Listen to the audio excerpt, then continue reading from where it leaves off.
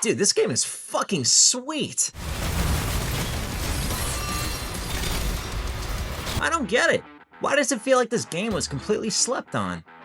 Doom: The Dark Ages is one of the most badass FPS games I've ever played through. I understand that's a very bold claim to make, but I'm telling you guys, this game is just what I needed. This is exactly the kind of game I'm craving every now and again, in an industry that's littered with, this kind of bullshit. Yes, those more serious games have their place, but sometimes you just want some no-nonsense, unapologetic, hell yeah carnage. You know what it reminds me of? It kind of comes off like a game you see a couple of characters going nuts over in a cartoon. Like the whole plot of the episode is that they just gotta find that one game, that one awesome game they've been saving up for. And this game is the epitome of awesome video games. Grr, manly football. Beer, football. And I've played them all. I've played every single Doom game, even that piece of shit. And Dark Eggs is definitely my new favorite in the series, no question. It's funny, I didn't expect to be this jazzed about it, because all I was hearing about before I started playing was those who love Doom Eternal aren't gonna care much for the Dark Ages, and same goes vice versa. But I think that's total crap, because before this, Eternal was my favorite Doom game. So you don't know me. You don't know how I'm gonna feel about a particular game. I mean, everybody last year was dogpiling on Mind's Eye, and guess what? Well yeah, Mind's Eye fucking sucks. But shame on you for assuming I'm just gonna go with the crowd. Actually though, I think all these modern Doom games just continue improving each one after the last. They're all exceptional, but Dark Ages feels like the next natural evolution. Like they took the best bits of 2016 and Eternal, cut out all the fat and said, alright, let's make this thing a full-blown spectacle. This time they omitted some of the good stuff and some of the bad stuff, but ultimately I think it leads to a more balanced and deliberate game. For example, they ditched the executions from Eternal and replaced them with the shield. And yeah, I love the takedown animations in Eternal, but this is better, because now it's on you. The shield has you engaging more in the fight rather than just watching it. Parrying in this game is king. It doesn't constantly dick you over like in, no offense, Expedition 33. I like that game, but this time it feels more consistent, more fair.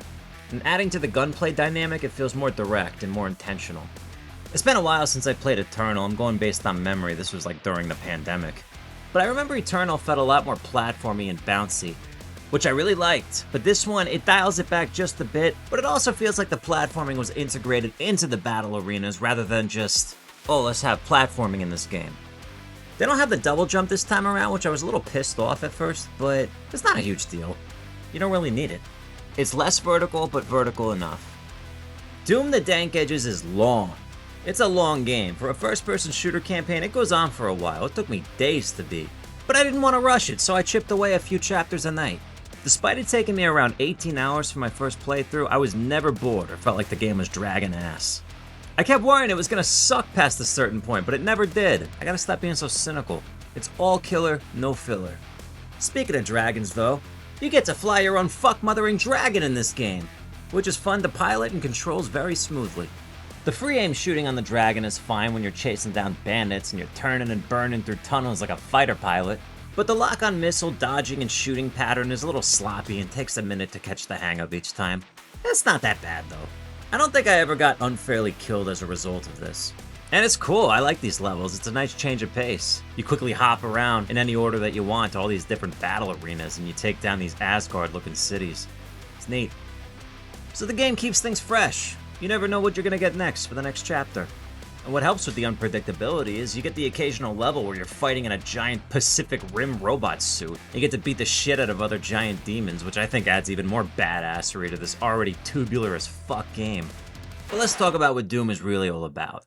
Doom, as a series, Doom is the godfather of the first-person shooter genre. And the shooting in this game is spectacular. It is so fun, dude. Throughout the game, it keeps adding new guns, unlockable abilities, and melee weapons almost every chapter, so it kept it fresh. But on top of all this, unlike shitty Doom 3, I'm sorry, I just don't like that game. This one feels so grand with how many different areas and places you jump around to. There's a new environment every single level. And for a game that's about blasting and fucking demons up, it's quite beautiful. It is without a doubt the best looking Doom game. It's very pretty. Almost every chapter brings you somewhere new.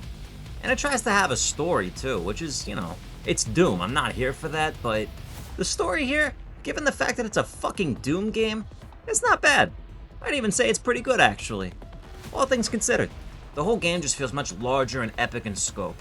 And with all this mix-up of different gameplay styles and different level types and all this variety now, it's very, very well paced. Like I said, I was never bored. This game is so much fun. I never felt like it was losing momentum or dragging. And it overall just felt like a more comfortable, straightforward experience. It's a pretty linear game overall, and I like that they took out the hub world. I mean, the hub world in Eternal was fine, it was okay, but it definitely was a little tacky. Like most Doom games, there's a crap load of guns to carry around. You're picking up a new toy almost every chapter, and by the time you've got everything, you got a smorgasbord of weapons to choose from. Some of the guns were a little hard to tell apart at first, but as you upgrade them, they start to stand out a little bit more.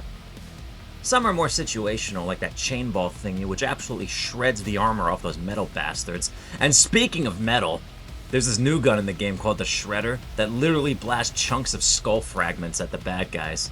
And this is just flat out one of the coolest fucking things I've ever seen. The game really pushes you to cycle through everything. It constantly switches up enemy types so you're not just sticking to the plasma rifle and calling it a day. But it's not incessantly forcing you to do it like in Borderlands 2 where you're tossing guns away like fucking pistachio shells. Like I said, the game is bigger, it's grander, there's this big epic story going on that quite frankly I couldn't give two shits and a popsicle about, but it's certainly there. Look, I'm playing Doom, I'm not fucking playing Mass Effect. But at least they give us one here. They managed to fit a story in here that didn't seem totally phoned in. I like a good hub world in the game, but I'm glad they did away with it this time. I don't think Doom ever needed one. There's a chapter where you get swallowed by a giant Cthulhu monster and you gotta tear him apart from the inside. I like the throwback to adding the Doomslayer's face with all the expressions at the bottom of the screen. Super retro, ultra cool, killer, rad. This game is chock full of some amusing moments that had me laughing out of my chair.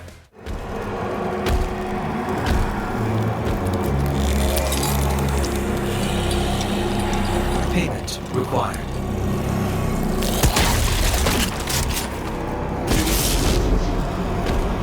So yeah, this game definitely has a feel of its own. There's that new skull shredding gun, you get to toss your shield at people like Kung Lao's hat. The BFG even got a remodel. I'm not gonna be a child about it, but I don't like how they don't just call it the big fucking crossbow. Come on, say it. Regardless, it's equally as awesome and damaging. This game is definitely easier than I remember 2016 and especially Eternal being. I played through it on normal mode and I hardly struggled that much. I remember parts of Eternal, even on like the easiest difficulty, were really kicking my ass. I don't know, maybe I just suck. It did feel like they dialed it back a little bit to be more breezy and enjoyable, but I wouldn't call it binky bitch easy either. There's a bit of a challenge there still. Whereas Eternal, great game too, but it really struggled to have a fair difficulty that fell between easy and testicular torsion. I never found myself getting too frustrated with this game at all, because it felt like a more comfortable experience, but not elementary effortless. Doom the Doug Dimmadome was so dastardly dope. I was ready to either like it or just be lukewarm because of everything I was hearing beforehand. However, this is the ultimate boomer shooter, the perfect dude bro demon slang shooter probably ever made. If you're looking for a game that kicks immeasurable amounts of ass, look no further. It's a long ass game, but it's worth every second of your time. I don't know why it's not talked about more. At least it doesn't feel that way.